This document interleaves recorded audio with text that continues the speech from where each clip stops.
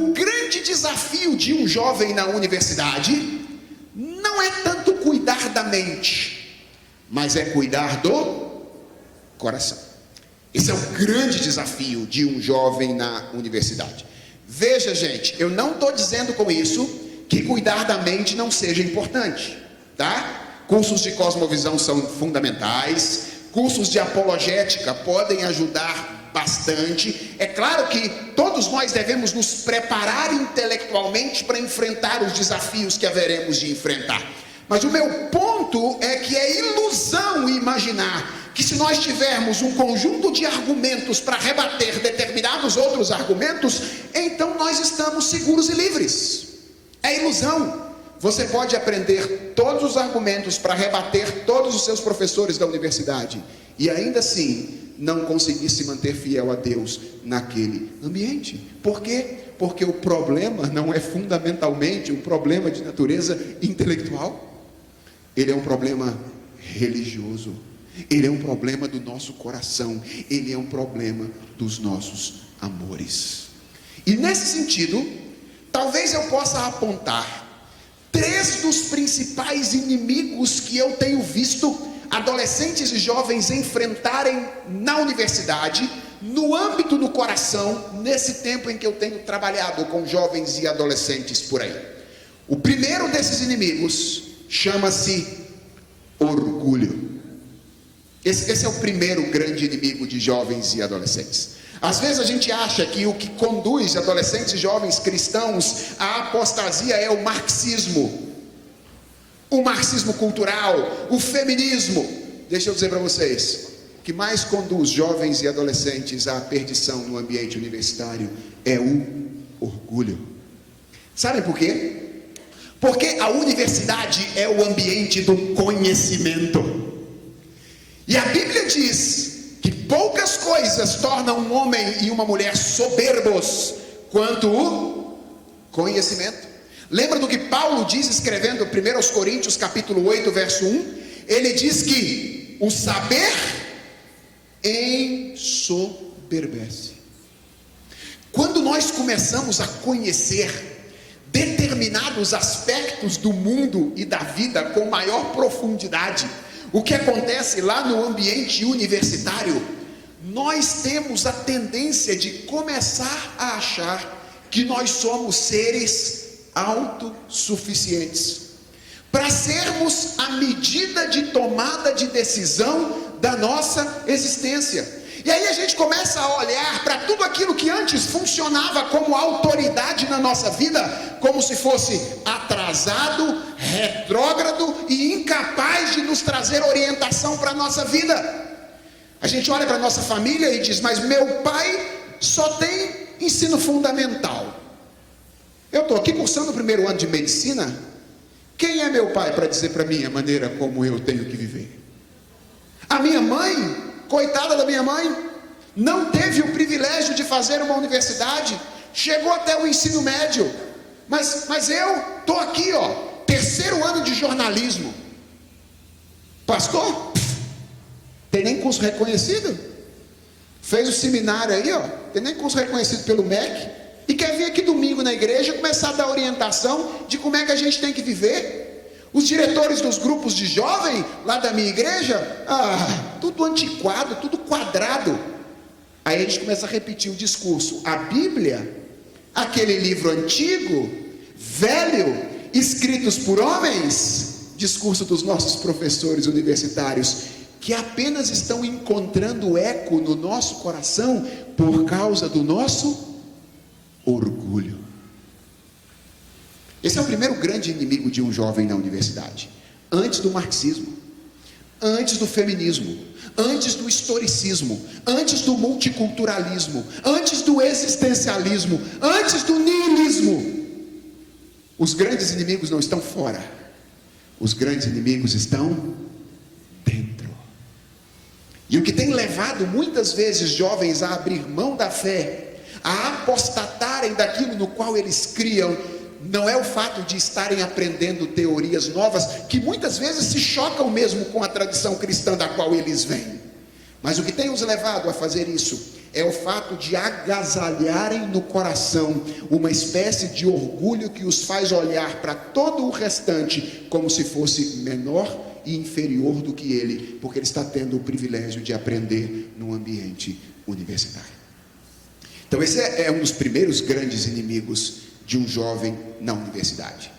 O segundo é aquilo que eu tenho chamado de o temor de homens, ou o medo das pessoas.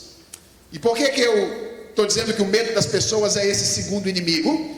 Porque a universidade é não apenas o ambiente do conhecimento, mas de um tipo de conhecimento particular, que é o conhecimento científico. E embora não haja nenhum tipo de contradição entre ciência e fé cristã, ok? Nós podemos conversar sobre isso em outra oportunidade, se Deus nos permitir. Aliás, eu acredito que a ciência moderna é filha do cristianismo num certo sentido. Ela não existiria se o cristianismo não tivesse existido. De um tempo para cá, a ciência moderna foi cooptada por uma mentalidade materialista. O que significa isso?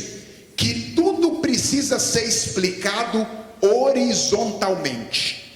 Que as explicações para os fenômenos do mundo só têm valor se elas forem naturais. Se Deus entrar na história, não vale. Por quê? Porque nós vivemos em um universo fechado, no qual não existem janelas para fora. Essa é a cosmovisão materialista que cooptou a mentalidade científica dos nossos dias. E qualquer um no ambiente universitário que se manifeste adepto de uma doutrina que tem a ver com um universo transcendente, eu acredito que existe um Deus pessoal. Eu acredito que há um Deus que trouxe a realidade à existência e determina a maneira como nós devemos viver nesse mundo. Qualquer pessoa que diz algo semelhante a isso tende a se tornar alvo de chacota, motivo de brincadeira e piada, e ser rebaixado à condição de inferioridade diante das pessoas. E aí então nós, com medo das pessoas, daquilo que elas vão dizer de nós, daquilo que elas vão fazer conosco, da posição que nós vamos ocupar diante do grupo, nós então cedemos à pressão, abrimos mão da nossa fé para participar do métier, do ambiente da universidade, como alguém que é cult, como alguém que é descolado, porque afinal de contas agora participa da mesma mentalidade que está estabelecida naquele lugar.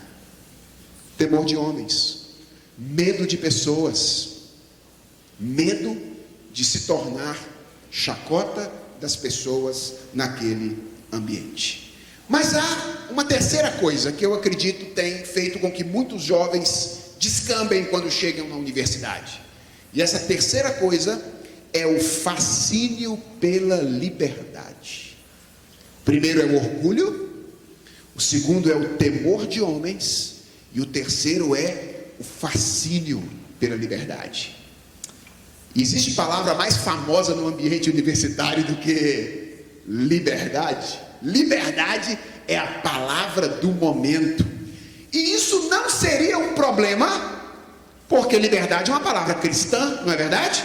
Se o Filho vos libertar, verdadeiramente sereis livres. Liberdade é uma palavra nossa. O problema não é liberdade. O problema é o conceito de liberdade, que na universidade tem a ver com autonomia absoluta, vindo acompanhado do questionamento de toda norma ou de toda autoridade. O que é ser livre para o ambiente universitário contemporâneo? É questionar tudo aquilo que de fora tende a impor limites a você, ok? E tem duas coisas que tornam esse tópico ainda mais desafiador para um jovem cristão. É que essa defesa da liberdade no ambiente da universidade não é apenas uma questão de discurso. Frequentemente essa defesa se encarna na vida cotidiana de boa parte dos universitários, que abre espaço para uma espécie de curtição irresponsável marcada por sexo, drogas e rock and roll.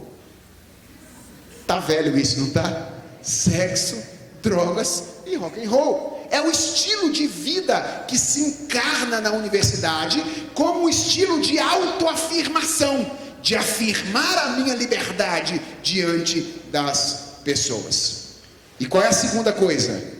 É que esse discurso e esses exemplos chegam para os jovens cristãos no momento em que eles estão começando a desfrutar de alguns privilégios da maioridade.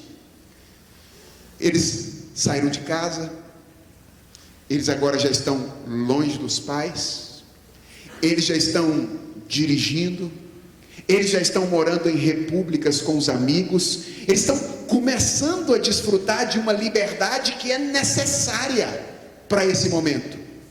Mas junta a fome com a vontade de comer, quando a incapacidade de lidar com essa liberdade que lhes foi dada, encontra esse discurso de liberdade, de autonomia absoluta, de fora para dentro. E os jovens cristãos frequentemente ficam fascinados pela liberdade, fascinados por ser livre, fazer aquilo que eu quiser, não ter ninguém fora de mim dizendo aquilo que eu preciso fazer.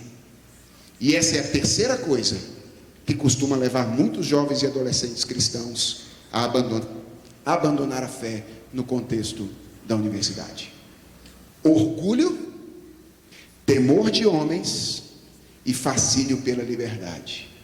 Em última instância, quem está tomando conta do nosso coração quando nós nos envolvemos com essas coisas? Nós mesmos. O problema não é que nós conhecemos novas teorias. O problema é que em algum momento da vida, ao invés de adorar a Deus como a razão de ser final e definitiva da nossa existência, nós passamos a adorar a nós mesmos.